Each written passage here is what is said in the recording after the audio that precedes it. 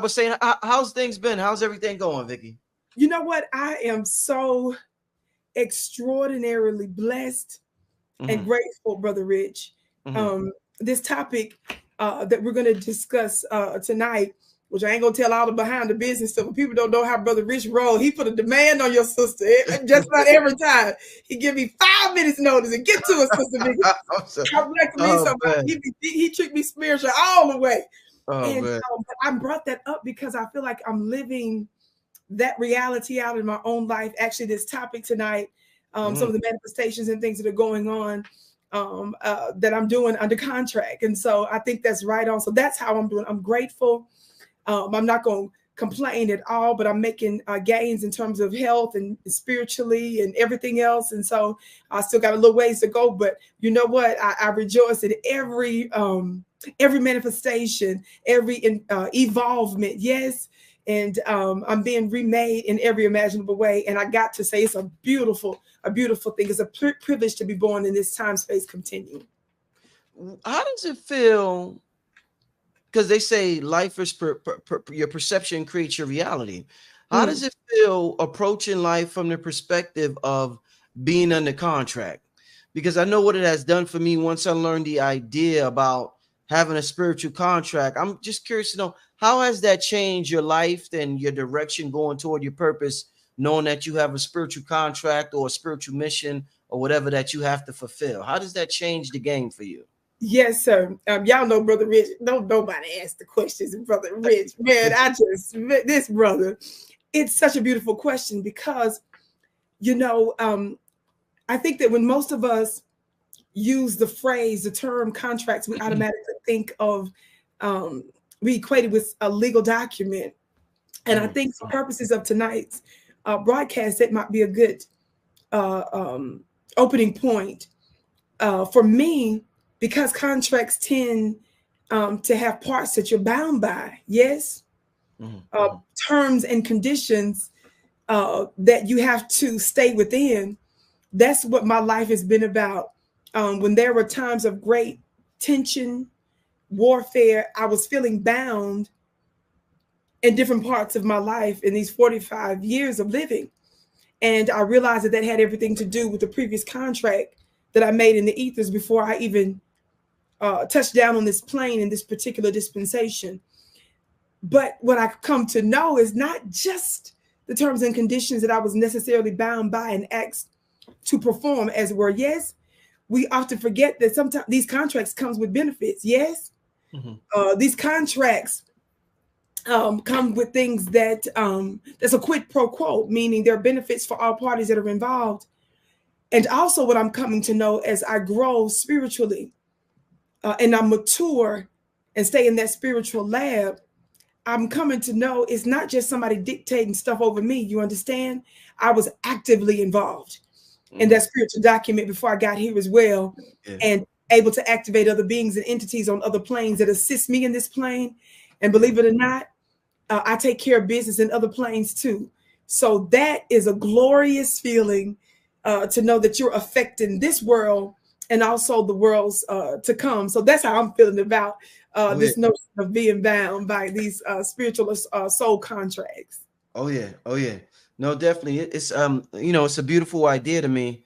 And it just kind of assists me in my journey, this idea of spiritual contract, because Mm, I know that I'm pretty much I'm unstoppable at fulfilling my destiny. And in the mhm. world of illusions, so many things you would think people think is this might happen, that might happen, that might happen.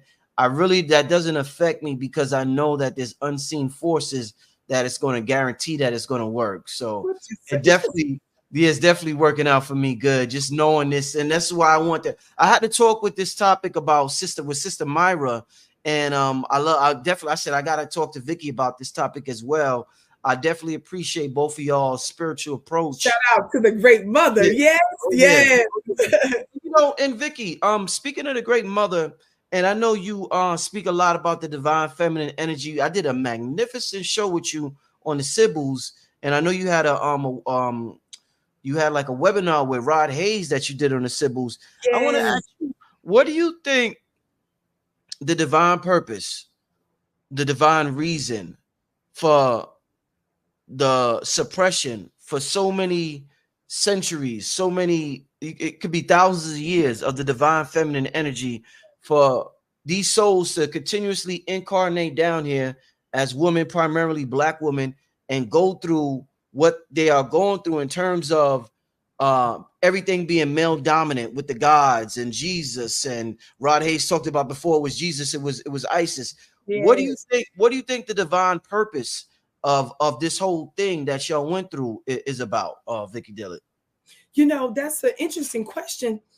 And I have to say, one of the things that our mothers, known as the Sibyls, these black prophetesses, they were known by many names: Ishtar, Isis, and different Buddhist practices, Vedic practices, in Christendom, in Islam. It doesn't matter. They were known by different monikers, but the general term that we use to cover these women are the Sibyls, Mami Wata's Sibyls.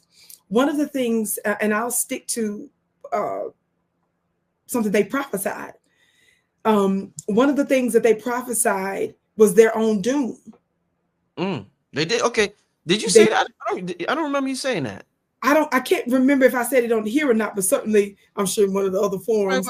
Right, this is interesting. I'm sorry to cut you off. After I did the broadcast with you, you kind of stirred up a little something, because I was on another platform with this very topic, and just some other places that these discussions have been had over the past couple of years or so. And one of the things I thought was so profound is this notion that they were prophesying their own end for that particular dispensation, that particular time, yes? And told Rome and some of the others, because they prophesied the end of Rome, of course, many other kingdoms as well, because they ruled, they literally guided the world, and told them how they would steal their prophecies and how they would misuse their oracles. I thought that was pretty profound. I'm bringing that up in this particular moment to say that many folks are aware of the story of Jesus, whether you believe him to be God, the Son of God, or some prophet, depending on your background, or not even a real human being at all, but just a principle. One of the, we'll just say, Sunday school stories, one of the parables, the sayings he said was, because he was talking about his crucifixion that would be to come, and he did all these miracles. Yes, he was said to have raised the dead. He was said to have fed large groups of people out of 2 fish and 5 loaves of bread. Yes, he did the most miraculous things, and but prophesied his doom that would be that was to come, which was the resurrection, which was the crucifixion, and then ultimately this notion of the resurrection. And he said this phrase, Brother Rich, he said, "You will say to me, physician, heal thyself." That meant that you who heal others, you who are this conjurer, this miracle worker, why don't you prevent your own self from this doom, since you were able to heal the sick and raise the dead and do all of these miraculous things? But I bring that up to simply say what I sense from my mothers. And when I say mothers in this context, I'm talking about our great Mami Wata's Sibyls. Yes, that energy, that spirit, that particular counsel that is with me. There is a divine purpose of transformation that's taking place, this remaking that involved Mami Wata and her Sibyls as we know them, as we knew of them thousands of years ago, until now, being formed for such a time as this. They also affect other dimensions, because these women were not just those that prophesied in the earth realm. Remember, they called up the dead and they called down the gods. Right.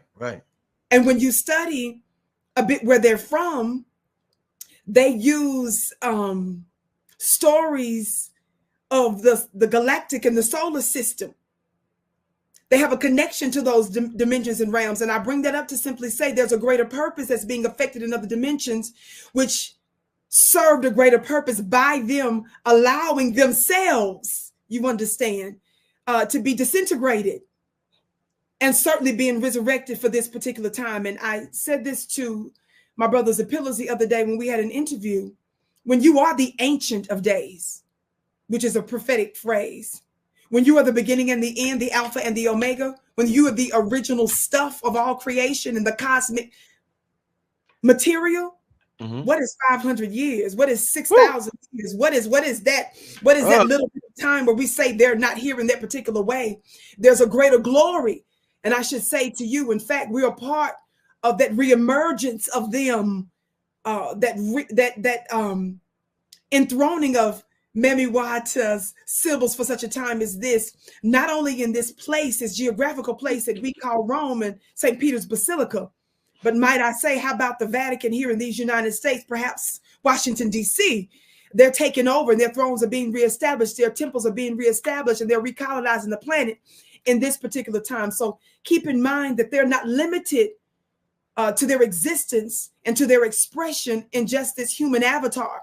And because they're connected to multiple dimensions, there are greater purposes that can be served by them allowing themselves, you understand, and cooperating with a particular energy for such a time as this, something that they're working in the earth, but also working in the other worlds. And so that's how I would answer that particular question.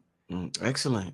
So I often like to use video games as analogies when it comes to describing life, because people describe this realm as a video game or as a movie or as a play. There's different ways to describe it. But let's say it's a video game, Vicky. And I remember when I was a kid, and let's say I'm playing a basketball game, in order for the game to be interesting, I would need my friend to play the game with me. So I got one joystick, he has a joystick. And we will go at it with each other. I mean, go at it hard. We try to destroy each other in the video game. Now, do you think it's like that? Because when we say soul contracts, these are pre-agreements before birth. Do you think, like, let's say the person trying to tear you up, like I was trying to tear my friend up in a video game, do you think that's a possibility that might be your best friend in another realm? Say a person that you just can't get along with in this realm, and you just keep running into them. You keep running into them. And you're like, what the hell? I just can't get rid of this person. Do you think it's similar to like that video game where you can't because y'all playing the game together, but after this realm or after this life is done, you're back to being best friends? Do you think that makes sense according to your intuition and your channeling and everything that you studied?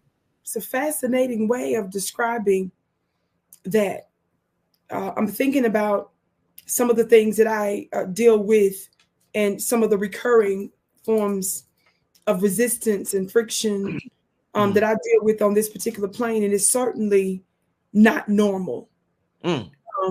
It's certainly something that has to do with other dimensions. And one of the things that I have to say that I have become very, very, very, very, very keen to notice and to observe is that whenever there is something that I'm preparing for that is of great consequence, there tends to be a ratcheting up of difficulty. There seems to be an extraordinary amount of, some might say, warfare. And it is because we're affecting other dimensions and other planes. And so the consequence of what I'm going to do in a particular moment, let's just say recently when I was just in Washington, D.C. for this reparations rally, right, with our brother Tariq Nasheed and so many other wonderful, amazing speakers. What I understood is that where were we?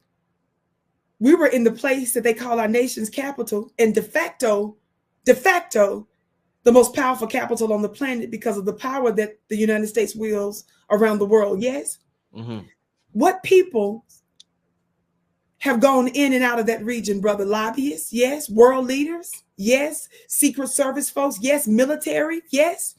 Can you imagine their counterparts in the spirit realm? Because they all have their counterparts. So if there's a premier that's here, if there's a king that's here, if there's a prime minister that's here, if there's a president that's here, please understand that in the ethers, there's a counterpart to that.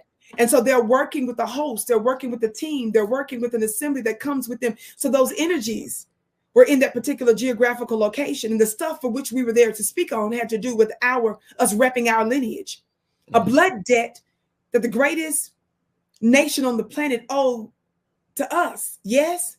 So if you can imagine this place of the Supreme Court, of the White House, of Congress, where laws, right, legislations, and judgments go down, and a whole lot of other unseen forces, right, that we can only imagine that's wielding power in that particular region, being there, I understood that there was not, this wasn't just going to be some walk in the park. So I did some spiritual preparation in the spirit realm before I ever opened up my mouth. You understand? Yes, yes. So I'm bringing that up to say I can, without getting into the details about the joystick and the video games, because it's been so many years. I want to say maybe the Mario Brothers was the last time I think I played it. That's because I had some brothers that were back in the day in Mississippi that was into all of that. So I am way, way behind and not familiar with the current video games. But in terms of this notion of this recurring energy, this contrary energy, yes, it's emanating from other dimensions, because you've got to understand that because we want to see a level of evolution, because we want to bring a level of ma'at and harmony to this particular plane, there are other forces in other dimensions that have other interests. And they work with individuals here, beings that are here on this planet, to work against what we're trying to do, because that's what I mean. There are multiple dimensions that are at work.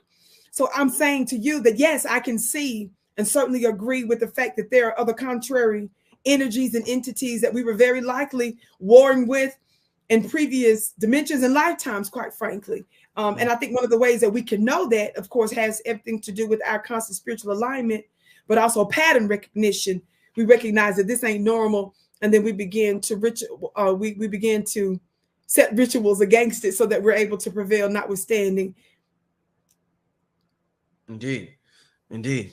So, and what the reason why I asked that also, I want to know: do you take things because you know what's at place multidimensionally that you were just talking about, and because you know you have a certain contract, other people have certain contracts. I think one of the 4 agreements. Have you ever seen that book or read that book, The 4 Agreements? Yes, I've definitely heard of it, but I haven't finished reading it. I'll be honest. Yeah, one of the 4 agreements was don't take things personal. And you know, taking things personal could be a heavy emotionally draining. So I just want to know, with the approach that we're talking about, do you take things personal in this lifetime, at this point in your life? Do you take things personal if somebody attacks Vicky, if the government doesn't want to do this, doesn't want to give reparations, if this entity from another dimension is trying to sabotage your mission? Do you still take it personally, or do you understand it from a different perspective right now? That's so good. It's always a temptation to take things personal. Yeah. Always that temptation, because obviously we have these avatars and we're dwelling in multiple planes. But that doesn't overrule. The more aligned you become spiritually, you start to develop like spiritual reflex. Oh, what's that? Ooh. Where you automate yourself, because a part of the spiritual alignment and meditation is to keep you focused so that you don't become distracted from what's happening in the unseen realm and take things personal. You understand? So that's the whole point of that. So I don't when I say take things personal, there's an impact that it has on me in terms of naturally, but that's as far as it goes for me now. The overarching vision I always keep in mind is that this didn't come from here. And I always make sure, and this is what I talk a lot about to my students in my school, is that I make sure that I'm doing my tactical training and planning and strategic planning and training in my war room. And so that's one of the texts that many of us grew up in. If you have any spiritual background in terms of Christianity, even if you're not a practicing Christian, most folks are familiar with that phrase that when you go into your prayer closet and shut the door behind you, it says, go into your prayer closet, shut the door behind you. And it says, the God that sees you in secret will reward you openly. It says, a God that is invisible, another translation, will reward you openly. That is the occult, that is the unseen, where we do our work. Go into your prayer closet, into your secret place, shut the door behind you, and the God that sees you in secret will reward you openly.